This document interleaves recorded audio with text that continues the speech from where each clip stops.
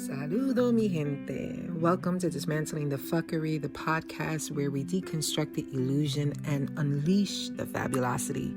I'm your host, Gohene Angelique, your fierce neurodivergent Juyurican poet and an advocate for decolonial liberation. So get ready to dive into the messy, uncomfortable, and transformative work of dismantling the systems of oppression and the limiting beliefs that hold us back. We're here to reclaim our power, embrace our magic, and rise into fabulosity. So grab your café, your té, I don't know, maybe you need a shot, and let's get into some fuckery. Saludo, mi gente. Welcome to Dismantling the Fuckery. And this week you are listening to Priestessing the Portions. It's going to be a weekly offering inside of Dismantling the Fuckery. I am your hostess, Kahana Angelique, also known as Ya. I am a priestess for the priestesses and priestesses, healers, and sacred workers. I keep the ancestral flame going, and I'm a student of the erotic liberatory Torah. So each week we're going to open the scroll, not to explain it, but to midwife it into now. These teachings are for sacred workers, for those who bless, build, and bear, for the prophets and poets, for the ones holding presence in the rubble. If you labor in the invisible, if you carry power that can't be measured, if your soul is aching for a holy word, may this be your portion. So before I get into this, I want to acknowledge the fuckery. So before we enter the Torah, we name the world. We are living in a time of devastation, war, fascism, collapse, fear. Whole nations are crying out. Whole ecosystems are collapsing. Our nervous systems are flooded. Our people are dying and disappearing. And here at Priestessing Liberation and in my universe, we don't turn away from it, but we are aware that we cannot drown in it either. So we come to the Torah not to escape, but to remember who we are inside of it and why we're here and what is essential. So to take refuge in the center and be called again to sacred presence. So to all of you who are overwhelmed, wide-eyed, and weary, this word is for you. So I'm excited to talk about this because this week's parashah portion is Bamidbar, which means in the desert. And what I really want to imagine this episode talking about this being is this is for the sacred worker in the time of collapse. Recognizing that in this Torah portion, we have a lot of themes, and some of the central themes are about the Levi and the Kohanim, these sacred workers that are holding the center down. And when we're looking at the particular texture of what is going on in the world and the way all of these things feel for the sacred worker, there aren't words really to describe all that is going on. Whatever future or perception or imagining or plan, so much is in the air right now. And so many of us are feeling it while simultaneously grabbing and grasping for both, grabbing, well, that's a new word, there you go, but really grasping at. But how do we go from that action of trying to grasp for and allow ourselves to be surrendered into what this portion is speaking about? So we're right before Shavuot. Is tomorrow at sunset, and it is our ascension to the mountain to receive a word. Or several, however you play with that. I like to look at the Torah from a place of how can we translate that to where we're at. And so part of this is that when we're thinking about the collapse that's happening, to be the equivalent of feeling like everything is in a wilderness and an unknown space, in a space of what seems to be devastation and I'm not silver lining it, but what I am doing is calling us back to center and back to home. For those of us whose work is about bringing and anchoring the sacred and the spiritual into this realm and into our everyday lives. And so this is kind of, Bamidbar is like a map for the sacred worker in collapse, right? we start out, it's found in Numbers chapter 1, and then it goes on for a couple of chapters. And again, there's a lot. The book of Numbers is really about accounting, a census. And if Numbers bore you, you might sleep on Numbers, the book of Numbers, far too much, because there's a lot of good juice inside of this. So it says, and Yahweh spoke to Moshe in the wilderness of Sinai. Now you can get into all the external arguments, but we're not doing that here about this. We're gonna sit with the archetypes that are existing inside of this parashah portion for us today. So this is not just a setting, it is revelation technology, what's happening in this portion and what you start to hear in this journey. This is if you can think of it of, if you're binge watching something on Netflix, this is a really long series, right? And we're at a certain point in this journey and in this conversation of becoming, of being in a womb like space, of becoming a people from a blended and mixed multitude. And so there's technology, spiritual technology inside of that. Bamidbar, the wilderness, right? Inside of this, it holds the word, the Hebrew root of Dalet Besh Resh, right? It holds word, speech, and thing. So this place of desolation that we feel so keenly is also a place where the word becomes form. And now I want to do a little bit of, I'm going to do a little alchemy here, and a little, magical medicine, because wilderness is not exile. And we use this, the word wilderness, for a metaphor for being isolated, lonely, and or in liminal space, or in the in-between, depending where you come from. And so it's really important that to understand that the desert, what can be perceived as the barrenness of the desert, is actually a holy place. This confounding, overwhelming shit that we're experiencing of unknownness and mystery around what's going to happen next. And I tell you, if you're holding on tooth and nail, I don't even know that that's the saying, but if you're holding on for dear life onto your last thread, waiting for everything in the news that comes out each day, and somehow you're shocked and astonished or whatever by it, I want you to, first, you need to disconnect. Second, because you will lose the vision of understanding what your work is inside of this as a sacred worker, right? And so understanding that the wilderness is not exile, is coming to this place that the wilderness is the womb of world rebuilding. And now, if you're anyway connected to my eldest child who's doing amazing work in the world, the Dream Mommy, Ariana will talk about what it means to build the dream world.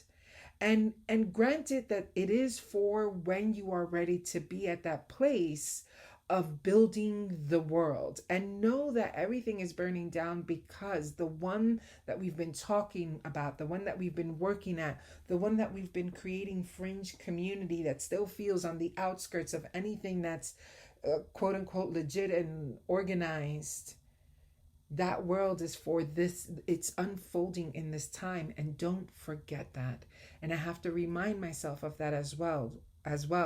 So when you're looking at, if you're ready for that stage where you're ready to own and be in your sovereignty and agency around the sacred work that you are here to do, to be, and to embody, then I think that is the place where, if you can allow yourself to be with this revelational technology, literally like the revelation, right?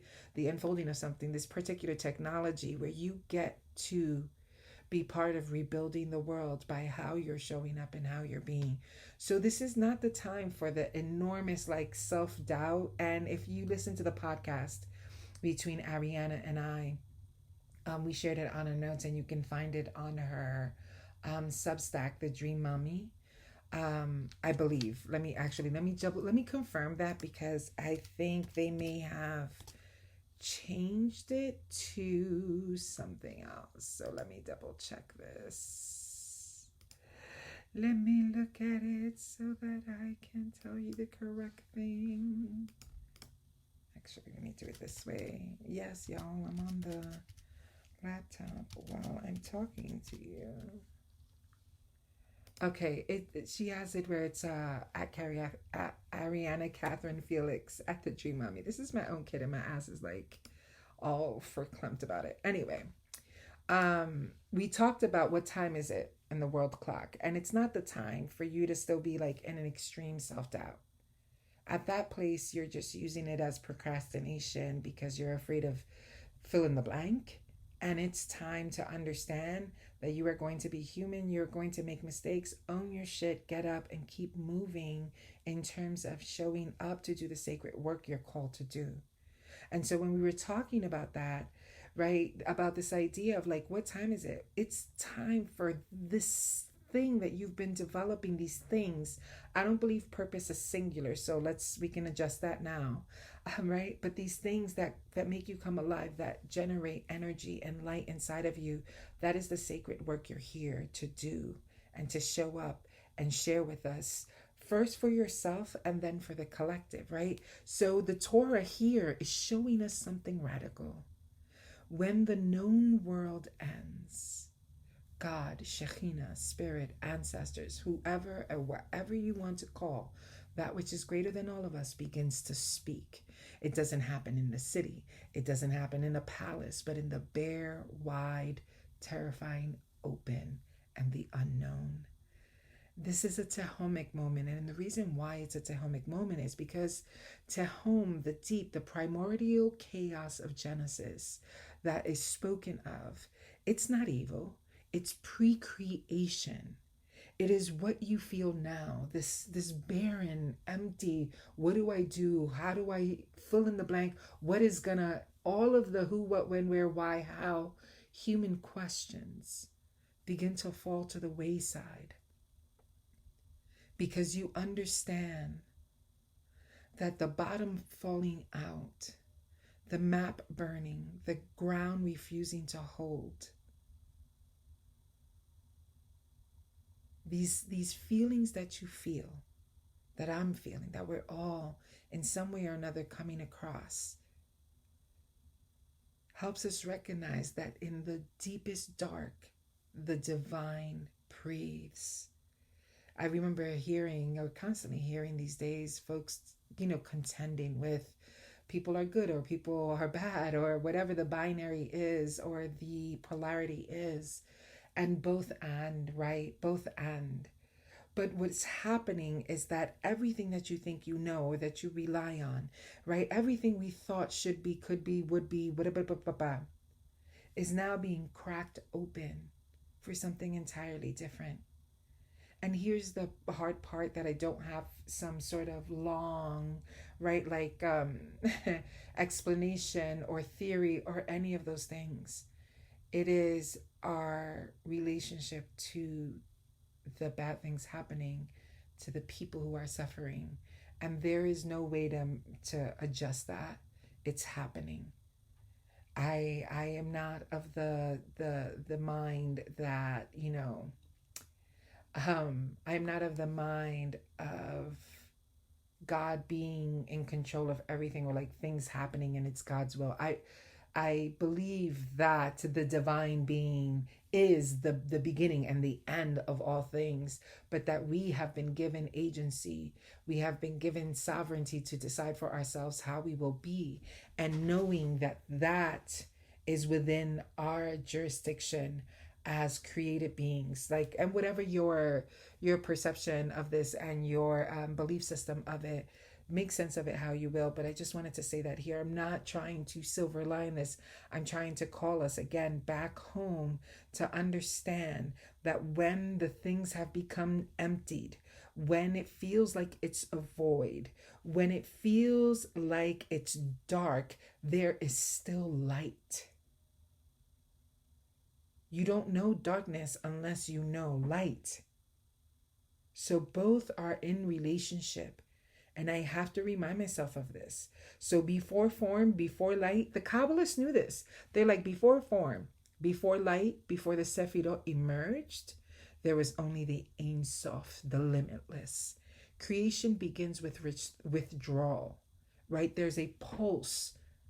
And I don't want us to lose that in this moment there is a pulse, and there is an openness to begin to, for actual real, rather than giving away our power to governments, giving away our power to a system, a construct that wasn't created by us or for us, but that this opportunity exists for us to meet each other as community, as people, to rise up, and that as sacred workers, it is for such a time as this, as cliche as that shit sounds, as problematic as all the things can be, there's nothing that's going to change, that you are here for a sacred work, and that in that sacred work that you are here to do, there is joy, there is delight, there is sustainability, there is generativeness, there is strength, and there is, I think of it as an aim, right? The aim. There is an aim. There is, quote unquote, a goal here. The goal is that what you bring to the table, with what I bring, with what others bring, we will transform the world as we continue to know it, right? Instead of tikkun olam, it's to me, instead of like thinking, not tikkun olam because we want to repair the world, but olam haba, the world to come, we are really in olam hazeh. We are creating the world as we speak, as we're here. And so when creation begins with withdrawal, with tzimtzum, this ability to contract and expand, to make more space. Because if we continue to build with the limits of a constructed reality, we will find ourselves in another. I recently said this to somebody. I sometimes find myself just astonished that as humans, this is the best we can do to evolve, is really being basic as shit. Really just being basic, right? Like, there's not enough space for all of us, so we have to do all of these weird ass fucking things. And I acknowledge that there is evil in the world for sure. There's people whose intent, whose wounded manifestation shows up as dominance, coloniality, all of the things that seek to take power in order to feel a sense of power. Not a lie. But I also will say and will posit what I once posited to a friend who was talking about how rough and awful the world can be. And I excuse me, being someone who has experienced a lot of harm, violence, and pain at the hands of other humans, the thing that I know for sure is that while there is some crazy shit out there, harmful, dangerous, painful shit, there's also good shit. There's also beauty and sacredness. There's also breath. There's also children. There's also pets. There's also nature. Those things continue to exist in spite and despite all the fuckery in the world. And so understanding, bringing ourselves back to this idea that we are going to look at this moment and be like, where can I find the divine? Where can I find, where is the beauty and the sacred? Because I have to hold the center. Not the delusional bypassy shit. I'm not talking about that. I'm talking about a willingness to honor what is, and also to bring in the fucking light. Bring it in to yourself now first.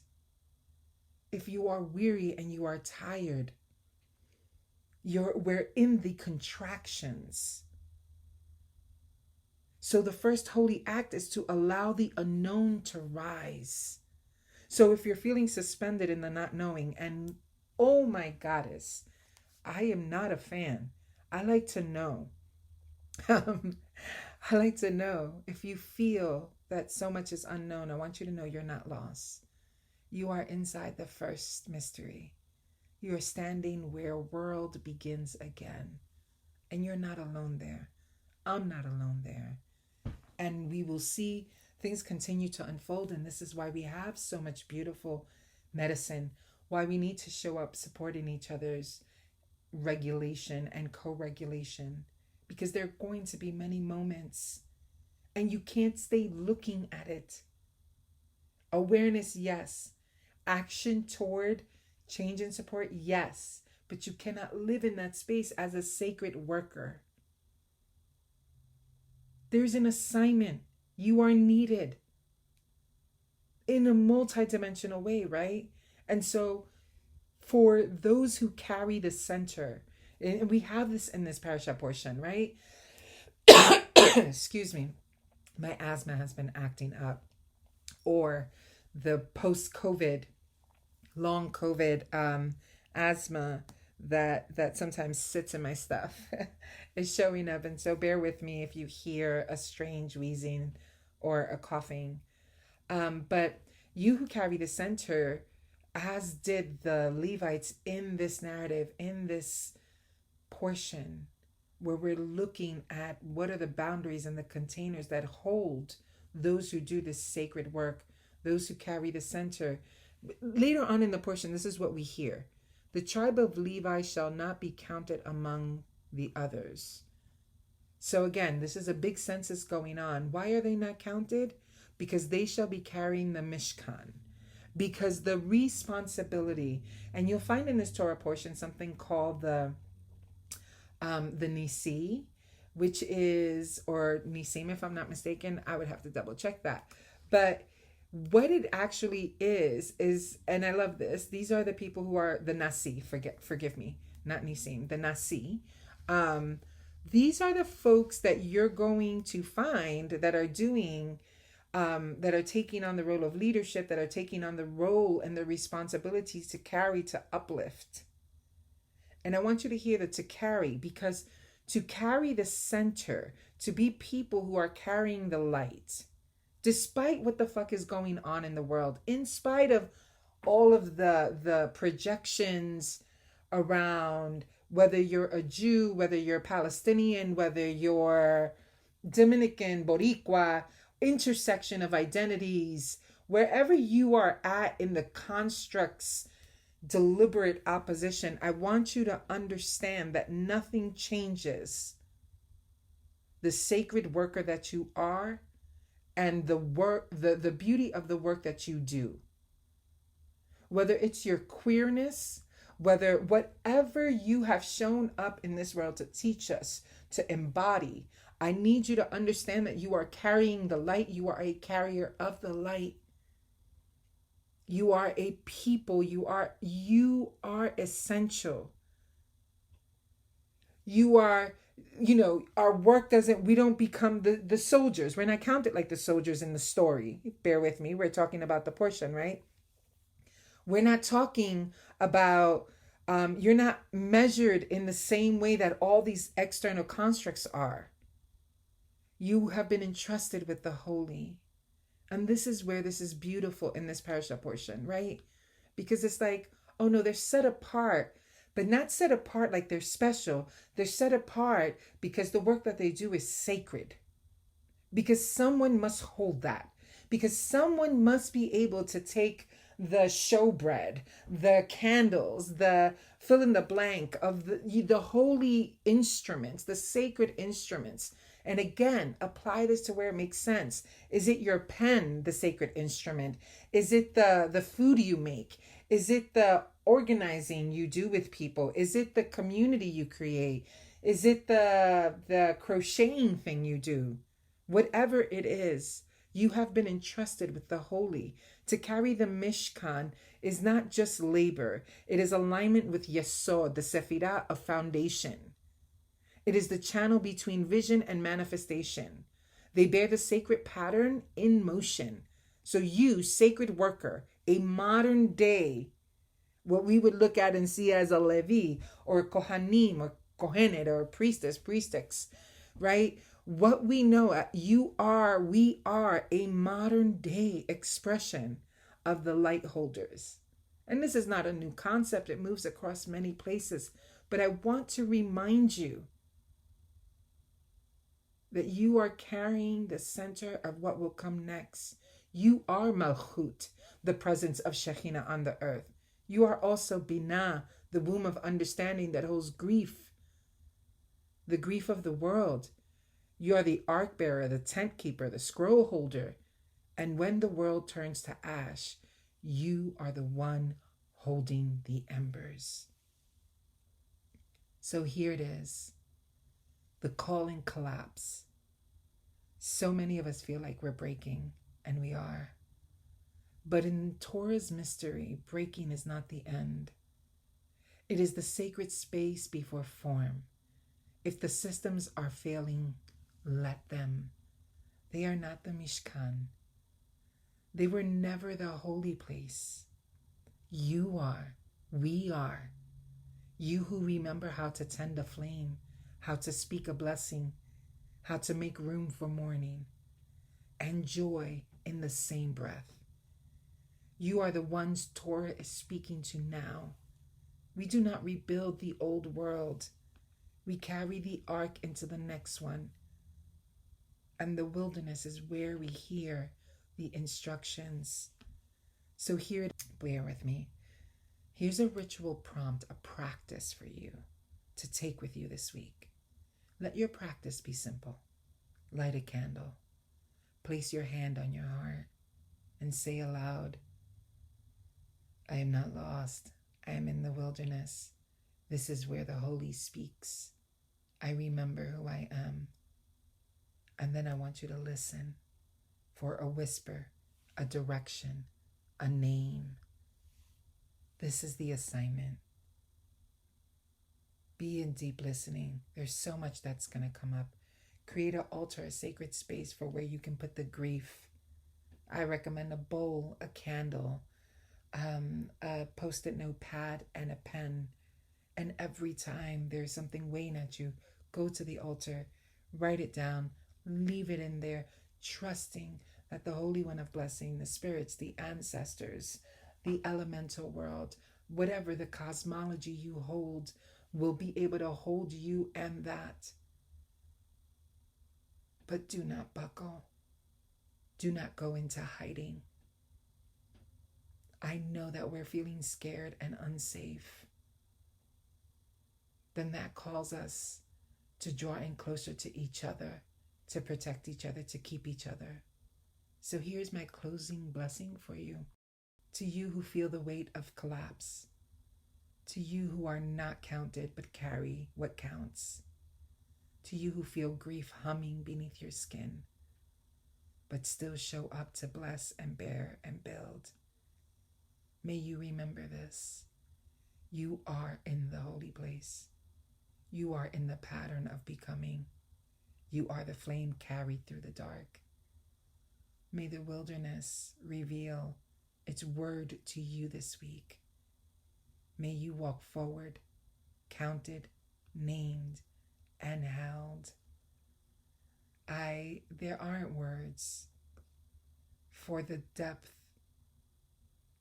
of desire that I have for all of us to ensure that we're resting, that we're caring for each other. If you are needing to have another process, you can do the same practice of lighting a candle and taking a couple of minutes and asking these 3 questions. Where is my wilderness? Where is the sacred speaking? What am I carrying for my people? Write it, move it, weep it, let it speak, and be in listening.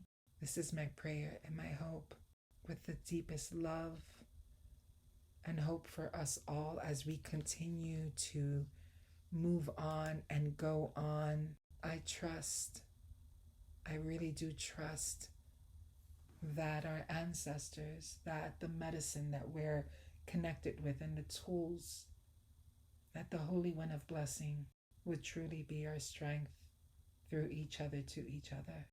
Not outside, not far, not distant. So I hope this parashah portion, the small nuggets from it, I hope that it's nourishing. I hope that you are able to allow yourself to find that which nourishes you and keeps you during this time.